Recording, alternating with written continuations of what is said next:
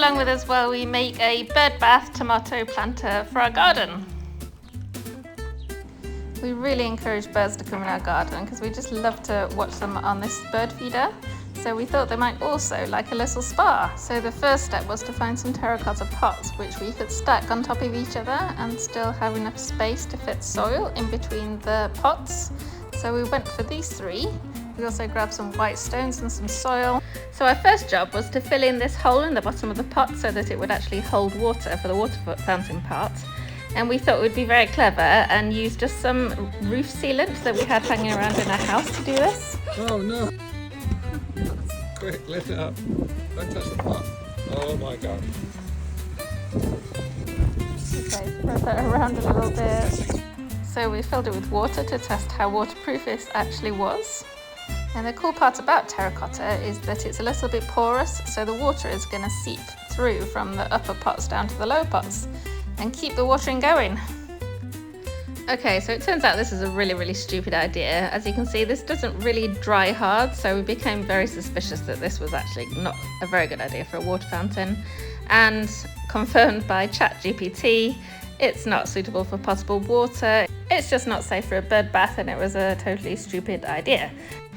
So we bought another pot and we bought one of these wine stopper thingies to plug up the hole instead, which is actually a much simpler solution. This is us finding the right place so we can see it out of the kitchen window. We decided to knock a little metal post through the drainage hole so that it's less likely to fall over. There's our dog Bobby helping out. Then we collected rocks from all over the garden to weigh it down a bit. Here's Archie after he stole a rock, looking pretty pleased with himself. And then all that was left to do was fill it with soil. So we're going with this stack design. So then we added our second pot, filled this layer with soil as well. Then we gave everything a wash so the water wasn't murky. We made sure everything was level with the spirit level and put the final piece in. Hey Archie. We put an upside down plate in the bottom of it to protect the stopper and filled it with rocks, and this is our solar water fountain going in now amongst the rocks. So this is the planter made and the water fountain going, so all that's left to do is plant the planter. So we decided to put tomatoes in the top part, a variety that sort of are able to tumble down. They were looking a little bit sad at this point, but we left them in the sun all day.